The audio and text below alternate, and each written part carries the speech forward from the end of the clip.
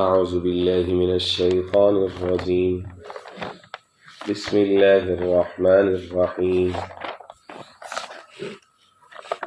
وإن خفتم ألا تقسطوا في اليتامى فانكحوا ما طاب لكم من النساء مثنى وثلاث ورباع فإن خفتم ألا تعدلوا فواحدة أو ما ملكت أيمانكم ذلك أدنى ألا تعولوا آمنت بالله صدق اللہ العظیم۔ میرے انتہائی واجب الاحترام، قابل صد احترام بزرگوں، بھائیوں، نوجوان ساتھیوں، آج کے درس میں قرآن مجید کتاب حکمت کی سورہ نمبر 4 سورۃ النساء کی فقط ایک آیت مبارکہ، آیت نمبر 3 یہ شامل ہے۔ یہ سورہ چونکہ حقوق العباد کے حوالے سے بات کرتی ہے اور اس میں سے بھی خاص طور پر نساء یعنی عورتوں کے حقوق کے حوالے سے یہ سورہ بات کرتی ہے۔ آج کے درس میں شامل آیت نمبر 3 یہ یتیم بچیوں کے حقوق کے حوالے سے کیا رہنمائی کرتی ہے۔ کل کے درس میں آیت نمبر 2 گزری۔ آیت نمبر 2 کے اندر اللہ جل شانہ عما نوالہ نے یتیموں کا مال کھانے سے منع فرمایا۔ اس کا کانٹیکسٹ یہ تھا کہ فرمایا کہ بعض لوگ یہ کر لیا کرتے تھے کہ اگر کوئی یتیم کفالت میں آ گیا ہے تو اس کے مال کو ہتھیانے کے لیے مختلف طریقے ہیلے بہانے کرتے تھے۔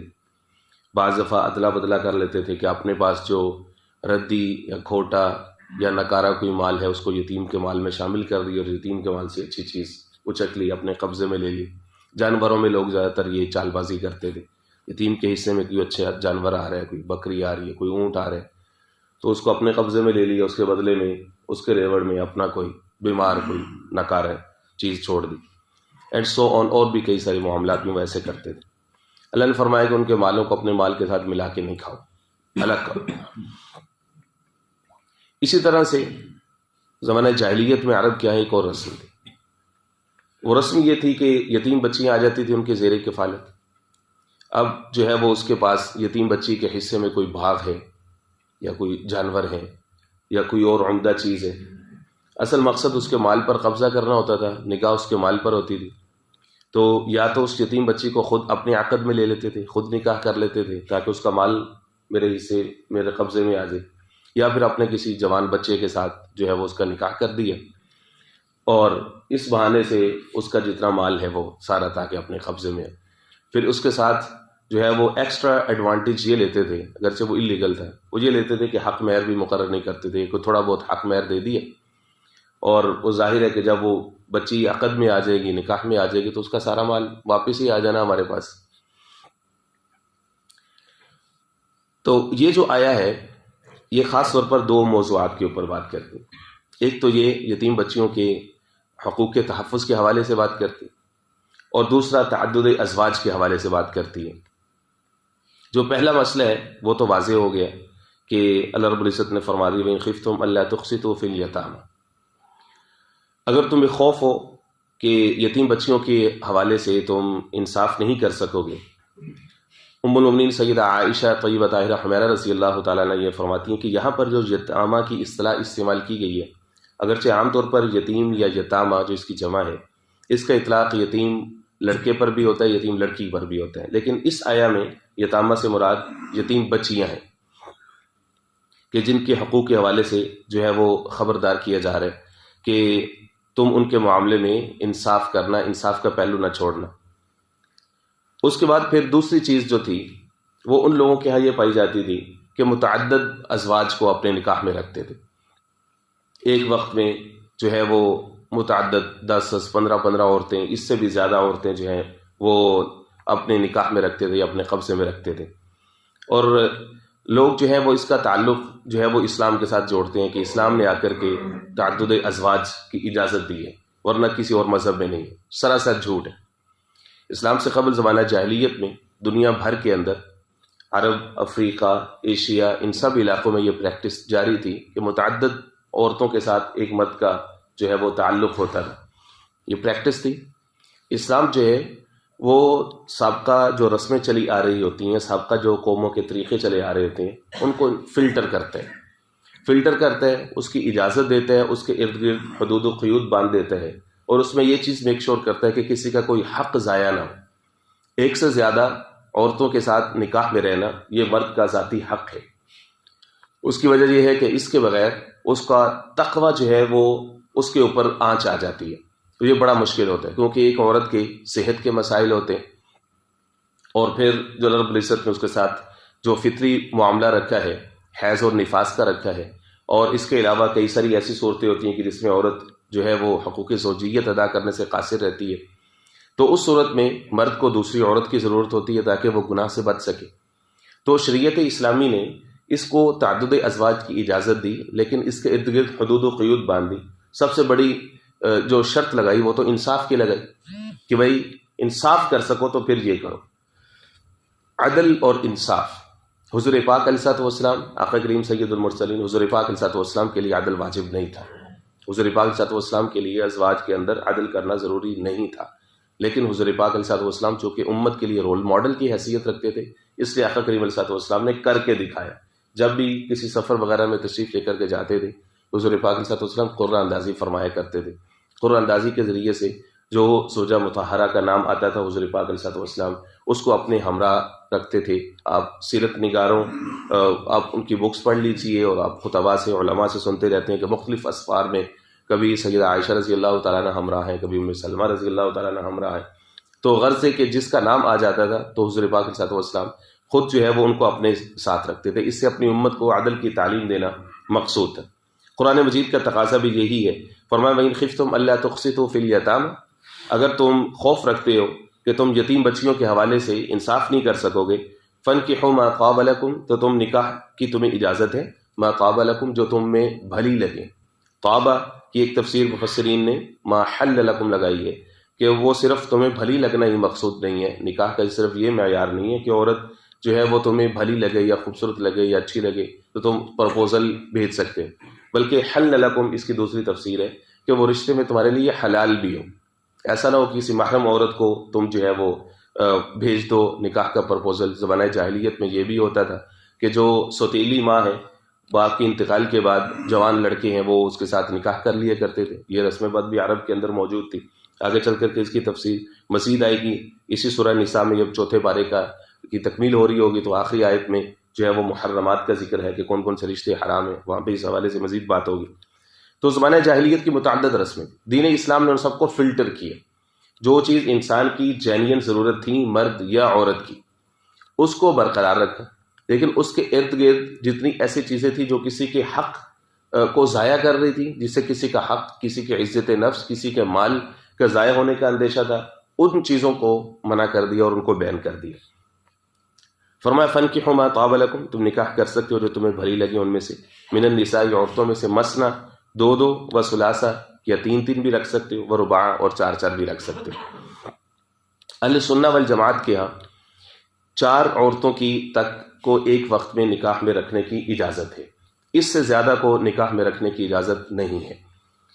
جیسے میں نے عرض کیا کہ قبل از اسلام جو ہے وہ دنیا کے مختلف علاقوں میں یہ پریکٹس جاری تھی کہ کوئی حد ہی نہیں تھی، کوئی حد ہی نہیں تھی۔ حضور پاک صلی اللہ علیہ وسلم کے پاس ایک علاقے کے سردار ہے غیلان، انہوں نے آ کر کے بتایا کہ میرے نکاح میں 10 عورتیں۔ حضور پاک صلی اللہ علیہ وسلم نے فرمایا کہ صرف تم 4 رکھ سکتے ہو، باقی کو طلاق دے دو۔ اس نے 6 کو طلاق دے دی، 4 کو اپنے پاس رکھا۔ پھر حضور پاک صلی اللہ علیہ وسلم کے دنیا سے پردہ فرمانی کے بعد سیدنا ابوبکر صدیق رضی اللہ عنہ کا زمانہ آیا، پھر سیدنا عمر فاروق رضی اللہ عنہ کا زمانہ آیا۔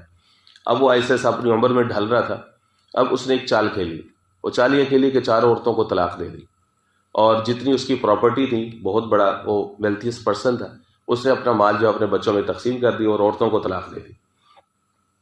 سیدنا عمر فاروق رضی اللہ عنہ کے پاس شکایت پہنچی، عمر سے زیادہ دین کو کون سمجھتے ہیں، اس سے زیادہ تفقہ اور تدبر کس کو ملی ہے؟ فوراً اس کو ہر کارے کو بھیجا کہ اس کو پکڑ کے لاؤ ادھر۔ دربار عمر میں آیا، حضور پاک جناب سیدنا عمر فاروق رضی اللہ عنہ نے پوچھا کہ تو نے اس عمر میں آ کر کے 4 عورتوں کو طلاق دے دی ہے، تیری بدنیتی ظاہر ہوتی ہے، تو ان کو وراثت سے محروم کرنا چاہتے ہیں، ان 4 کے ساتھ رجوع کر، نہیں تو تیری خیر نہیں ہے، تجھے کوڑے لگے گا یہاں پہ۔ عورتوں کے حقوق کے تحفظ کے حوالے سے لوگ کہتے ہیں کہ اسلام اس کی حفاظت نہیں کرتا، اسلام اس کی بات نہیں کرتا۔ امیر المومنین سیدنا عمر فاروق رضی اللہ تعالیٰ نے میک شور کیا کہ کسی مرد کا یا کسی عورت کا حق ضائع نہ ہو، فرمایا چاروں سے رجوع کرو، تم مرو یا وہ مرے، وراثت میں حقدار ہو گئے جو بھی شریعت نے کیا ہے، تم مرو گے تمہاری وراثت میں سے ان کو حصہ ملے گا، تم کیسے محروم کر سکتے ہو ان کو۔ اور متعدد جو ہے وہ واقعات موجود ہیں۔ ایک صحابی آئے، ان کی زمانہ جاہلیت سے ہی ان کے 8 نکاح تھے، حضور پاک صلی اللہ علیہ وسلم کو منع فرما دی کہ صرف 4 کر سکتے، ایک کے ساتھ تھے ان کو بھی منع فرما دی، وہ بھی صرف 4 تک کی تمہیں اجازت ہے، 4 سے زیادہ کی تمہیں اجازت نہیں ہے۔ تو اس لیے یہاں پر حد بندی جو ہے وہ مثنا و ثلاثہ و رباع، 2 3 اور 4 کی، یعنی 4 تک کی تمہیں اجازت ہے، اس سے زیادہ کی تمہیں اجازت نہیں ہے۔ اب ایک اہم ترین مسئلہ وہ حضور پاک علیہ الصلوۃ والسلام کی تعدد ازواج کا ہے۔ جو مغرب ہے، جو ویسٹرن اکیڈیمیا ہے، انہوں نے اس معاملے کو بہت زیادہ اچھالا ہے، خاص طور پر الیکٹرانک پرنٹ میڈیا کے آنے کے بعد 250-300 سال سے، جب سے چھاپا خانہ ایجاد ہوا ہے، انفارمیشن کو ایک کانٹیننٹ سے دوسرے کانٹیننٹ میں پہنچانا آسان ہو گیا۔ تو ویسٹ کے کئی سارے ایسے سیرت نگار ہیں، سیرت نگار تو ان کو نہیں کہنا چاہیے، جنہوں نے سیرت کے اوپر قلم اٹھایا ہے یا لکھا ہے، تو انہوں نے حضور پاک علیہ الصلوۃ والسلام کی ذات عالیہ کہ یہ جو تعدد ازواج ہے اس کو انہوں نے نشانہ بنایا۔ کفر ہے تو اس کے اندر سے ظاہرہ گند ہی نکلے گا، جب ادب نہیں ہے، اندر محبت نہیں ہے، تو ہر چیز کو نشانہ بنانے، اس کی وجہ سے وہ تو جو کریں وہ کریں، آسمان کا تھوکا منہ پر آتا ہے۔ حضور پاک علیہ الصلوۃ والسلام کی شان جتنی عرفہ اور اعلیٰ ہے، اللہ رب العزت کی ذات خود ہی کافی ہے ان کے دفاع کے لیے، وہ تو جو کریں سو کریں۔ لیکن کیا ہوا کہ امت مسلمہ کے اندر، خاص طور پر سب کانٹیننٹ کے اندر، کئی سارے ایسے جو ہے وہ بھاڑے کے اسکالر ملے، انگریزوں سے زیادہ انگریز ایسے نکلے کہ جنہوں نے ان کی ہاں میں ہاں ملانے کی کوشش کی اور دفاعی انداز اپنا لی۔ تو دفاعی انداز اپنانے کی ضرورت نہیں ہے، حضور پاک علیہ الصلوۃ والسلام کا خاصہ ہے، خصوصیت ہے، اور آقا کریم علیہ الصلوۃ والسلام کی ضرورت تھی متعدد ازواج۔ انہوں نے، ان بدماشوں نے اس کو ہوس پرستی کے اوپر محمول کیا کہ ہوس پرستی، تاکہ حضور پاک علیہ الصلوۃ والسلام کی شان عالیہ کو مسلمانوں کی نظر میں کم کرنے کی جسارت کی جائے، سعی کی جائے، سعی حاصل کی جائے۔ اور اللہ کی ذات نے وعدہ کیا وَرَفَعْنَا لَكَ ذِكْرَكَ، محبوب ہم نے تو آپ کا ذکر بلند کر دیا ہے، تو اس لیے وہ تو کچھ کر نہیں سکتے۔ لیکن کیا ہوا کہ یہاں سے کچھ لوگ اٹھے جنہوں نے ان کی ہاں میں ہاں ملائی اور دفاعی انداز اختیار کی۔ ہوس پرستی تو تب کہو کہ حضور پاک علیہ الصلوۃ والسلام کی سیرت کو اگر تم تسلی سے پڑھو اور بدنیتی سے پاک ہو کر کے پڑھو اور اسی طرح سے غیر جانبدار ہو کر کے پڑھو، تو تمہیں پتہ چلے کہ 25 سال کے نوجوان ہیں، 25 سال کے، اور 40 سال کی خاتون سے شادی کر رہے ہیں۔ کہاں کی ہوس پرستی رہی؟ 40 سال کی خاتون سے شادی کر رہے ہیں، اور وہ خاتون بھی ایسی ہیں کہ جن کے پہلے 2 خامند فوت ہو چکے، یعنی 2 دفعہ وہ بیوہ ہو چکی ہیں۔ ایسی خاتون سے شادی کرنا یہ تو اعلیٰ مقام ہے، اس سے اچھا، اس سے عمدہ کیریکٹر دنیا میں کوئی مثال تو لے کر کے آؤ تم، تب جا کر کے اپنا منہ کھولو۔ اور یا حضور پاک علیہ الصلوۃ والسلام کی ذات عالیہ کا کیریکٹر کیا تھا، کردار کیا تھا؟ عرب کے اندر جب حضور پاک علیہ الصلوۃ والسلام نے لا الہ الا اللہ کی صدا بلند کی ہے، تو خاندان، بغیر خاندان، آؤٹ آف فیملی کتنے لوگ دشمن بنے، اور کتنے سخت ترین دشمن تھے۔ شاعر کہا معاذ اللہ، مجنوں کہا، کیسے کیسے سخت الفاظ استعمال کیے، لیکن حضور پاک علیہ الصلوۃ والسلام کے کردار کے اوپر بدترین کافر بھی انگلی نہیں اٹھا سکا، کبھی بھی حضور پاک علیہ الصلوۃ والسلام کے کردار کے اوپر کوئی شخص انگلی نہیں اٹھا سکا۔ اگر وہ اتنے شدید مخالف تھے، اگر ہلکی سی وہ بات آ جاتی ان کے ہاتھ میں، تو سوچیں وہ کتنا پروپیگنڈا کرتے۔ اللہ رب العزت نے اپنے محبوب کو طیب بنا کر کے بھیجے، طاہر بنا کر کے بھیجے، رحمت للعالمین بنا کر کے بھیجے، اسوہ حسنہ عطا کر کے بھیجے۔ تعدد ازواج کے اندر متعدد حکمتیں ہیں۔ پہلی بیوی وہ بیوہ، انہی کے ساتھ ہی رہے ہیں، انہی کے ساتھ ہی حضور پاک علیہ الصلوۃ والسلام رہے ہیں۔ 25 سال کی رفاقت ہے، حضور پاک علیہ الصلوۃ والسلام انہی کے ساتھ ہی رہے۔ 50 سال کی عمر کے بعد، معراج کے بعد، پھر 52 سال کی عمر میں حضور پاک علیہ الصلوۃ والسلام نے ایک دوسری عورت سے جو شادی کی، حضرت سودا رضی اللہ تعالیٰ، وہ بھی بیوہ تھی، اور وہ بھی عمر رسیدہ تھی۔ سودا، یہ سودا کا مطلب کیا ہوتا ہے؟ رنگ کا کالا ہونا، سانولا ہونا۔ اب دیکھیں کہ اگر وہ غیر جانبدار ہو کر کے پڑھیں تو صحیح، وہ حضور پاک علیہ الصلوۃ والسلام کی تعریف کیے بغیر رہ ہی نہیں سکتے۔ رب العزت نے ایسے نہیں اپنے محبوب کا نام احمد اور محمد رکھے، ہر ایک عمل سے تعریف کر کر کے سامنے آتی. اور پھر اس کے بعد حضور علیہ وسلم جتنے قبائل میں مختلف خاندانوں میں شادیاں کی ہیں، اس کا اصل مقصد اشاعت اسلام تھا، ترویج دین اصل مقصود تھا کہ مختلف قبائل میں، مختلف علاقوں میں، مختلف خاندانوں میں دین اسلام کا پیغام پہنچنا آسان ہو جائے گا. ظاہر ہے کہ اب آج بھی دور دراز جو علاقے ہیں پنجاب کے یا دیگر علاقوں میں آپ چلے جائیں تو جس جگہ پہ کسی شخص کا نکاح ہوتا ہے تو وہ صرف ایک گھر والے صرف سسرال کی نظر سے نہیں دیکھے جاتے، بلکہ پورا علاقہ ہی کہتا ہے کہ بھائی یہ ہمارا بچہ ہے، ہمارا سن ان لا ہے. اس طرح سے بچی کا معاملہ ہوتا ہے، پورا خاندان ہی نہیں بلکہ پورا علاقہ جو ہے وہ اس کی عزت کرتے ہیں. تو حضور عرب کے اندر یہ کسٹم بہت زیادہ گہری تھی. مختلف علاقوں میں جب شادیاں ہوئی مختلف قبائل میں تو وہاں کے لوگ آئے دھڑا دھڑ حضور پاک صلی اللہ علیہ وسلم کا جو فلسفی آف لائف تھی اس کو انڈرسٹینڈ کیا، جو میسج تھا اس کو سمجھا. اس سے دین اسلام کو جو ہے وہ ترویج اور اشاعت ملی ہے. یہ سارا کچھ اللہ رب العزت کے اذن سے، اللہ رب العزت کی اجازت سے ہو رہا تھا. جو اللہ چاہتے ہیں اللہ کے نبی وہی کرتے ہیں، اپنے حوث سے، اپنی ذات سے، اپنی مرضی اور منشا سے نہیں کرتا. سورہ احزاب میں جب ہم پہنچیں گے انشاءاللہ بشرط صحت و زندگی، اس میں جا کر کے پڑھیں اللہ رب العزت کے الفاظ کے لا یحل لک. جو سورہ احزاب ہے وہ ٹوٹل حضور پاک علیہ السلام اور ان کی فیملی کے بارے میں بات کرتی، ان کے کیریکٹر کے اوپر بات کرتی. لا یحل لک النساء من بعد، محبوب آج کے بعد آپ کے لیے مزید عورتیں حلال نہیں. لا یحل لک النساء من بعد ولا ان تبدل بهن من ازواج، نہ ہی آپ کسی عورت کو تبدیل کر سکتے ہیں. ولا ان تبدل بهن من ازواج ولو اعجبک حسنهن، اگرچہ ان کا حسن آپ کو کتنا ہی متاثر کرے. اب اس کے بعد آپ پر جو ہے وہ ایک لائن کھینچ دی. اس سے معلوم ہوا کہ جو اللہ رب العزت نے چاہا اللہ کے محبوب نے وہی کیا جس کی اجازت تھی. تو جہاں تک اجازت ملتی رہی حضور پاک علیہ السلام نے ترویج اسلام کے نقطہ نظر سے متعدد شادی کی ہیں، 4 سے بھی زیادہ شادیاں کی ہیں. لیکن چونکہ امتی کو یہ والی خصوصیت حاصل نہیں ہے، نہ ہی وہ نبی ہے، نہ رسول ہے، نہ اس کی وہ ضروریات ہیں. جو ایک رسول ہوتا ہے اللہ کا نبی ہوتا ہے. امام ترمذی رحمۃ اللہ علیہ نے اپنی تخریج میں لکھے حضرت یہ فرماتے ہیں کہ ایک جو نبی ہوتا ہے اس کے اندر جنتی جو ہے وہ 100 مردوں کے برابر طاقت ہوتی ہے، اور جو ایک جنتی مرد ہوگا اس کے اندر دنیا کے 100 مردوں کے برابر طاقت ہوتی ہے. اور ایک نبی کے اندر 40 جنتی مردوں کے برابر طاقت ہوتی ہے. 100 کو 40 کا ضرب دے کہاں پہنچتا ہے؟ ایک نبی کے اندر اتنی طاقت ہوتی. صرف حضور پاک علیہ السلام کے یہ تقوی کا اعلیٰ مقام تھا. حضور پاک علیہ السلام نے فرمایا کہ میں نے اپنے شیطان کو ڈیفیٹ کر لیے. باقی ہر شخص کے ساتھ شیطان ان کے خون میں رگوں کے اندر خون کی طرح دوڑتے ہیں، لیکن حضور پاک صلی اللہ علیہ وسلم سے کسی نے پوچھا یا رسول اللہ آپ کا شیطان؟ فرمایا کہ میں نے اس کو قابو کر لیا ہوا، میں نے اس پر جو ہے وہ فتح حاصل کر لی ہوئی ہے. جو تقاضا تو اس سے زیادہ کہیں عورتوں کا تھا، لیکن جہاں تک اللہ رب العزت کے اذن تھا، منشا تھا، جہاں تک ایک مقصود تھا، ٹارگٹ حاصل کرنا تھا، وہاں تک اجازت دی. اس کے بعد منع فرما دی، فرمایا کہ اب حلال نہیں ہے. لیکن امتی کے لیے چونکہ صرف اس کے بدن کی ضرورت ہے اور اس کے ایمان کی ضرورت ہے کہ جہاں تک وہ اپنے ایمان کو محفوظ رکھ سکتے ہیں، گناہوں سے بچ سکتے ہیں، تو اس کی صورت یہ رکھی کہ بھائی انصاف کر سکتے ہو تو 1 سے زیادہ کر لو، 2 کر لو، 3 کر لو، 4 کر لو. لیکن جو پرائمری ہے وہ وہی رہے گی کہ انصاف. حضور پاک صلی اللہ علیہ وسلم نے فرمایا جس شخص نے 1 سے زیادہ نکاح کیے، 2 عورتیں رکھی، انصاف نہیں کیے تو روز قیامت وہ اللہ کے دربار میں ایسے پیش ہوگا کہ اس کا آدھا جسم فالج زدہ ہوگا کہ اس نے انصاف نہیں کیا.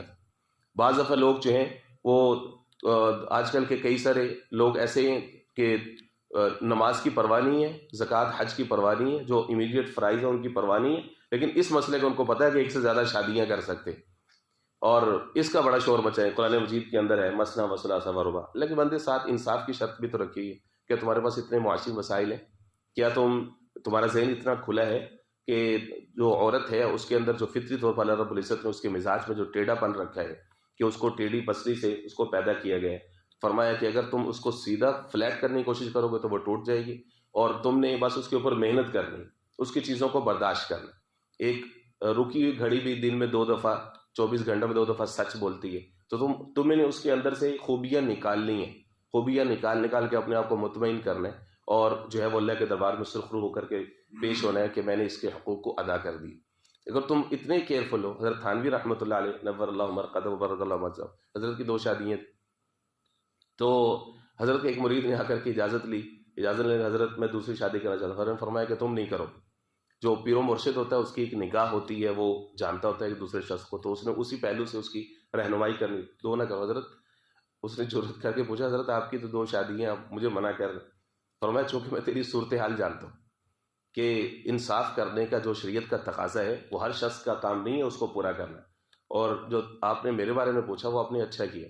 فرمایا کہ اگر کوئی میرے گھر میں اگر کوئی گفٹ یا ویسے میں خود خرید کر کے لاؤں، سیب بھی بھیجتے ہیں، تو میں نے تکڑی رکھی ہوئی ہے، تو اس کو تول کے پورا پورا میں 2 گھروں میں جو ہے وہ پہنچتا ہوں. پھر بھی میرے دل میں ڈر ہوتا ہے کہ یار میں کہیں ایک طرف جھک نہ جاؤں، زیادتی نہ ہو جائے. اللہ نے واضح طور پر فرمایا ذالک ادنی اللہ تعولوا، کہیں ایک طرف جھک نہ جائے.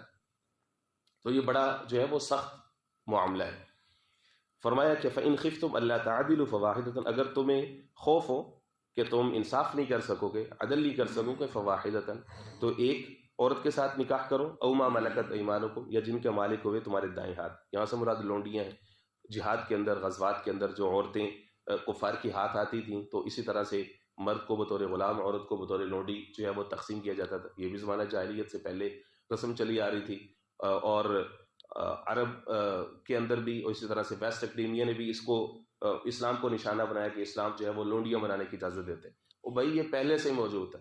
اسلام پہلے سے جو رسم چلی آ رہی ہوتی ہے انسانوں کی ضرورت کے مطابق، اس کو فلٹر کرتا ہے، اس کے فلٹر لگا کے، اس کی حدود و قیود باندھ کے پھر اس کی اجازت دے دیتے ہیں.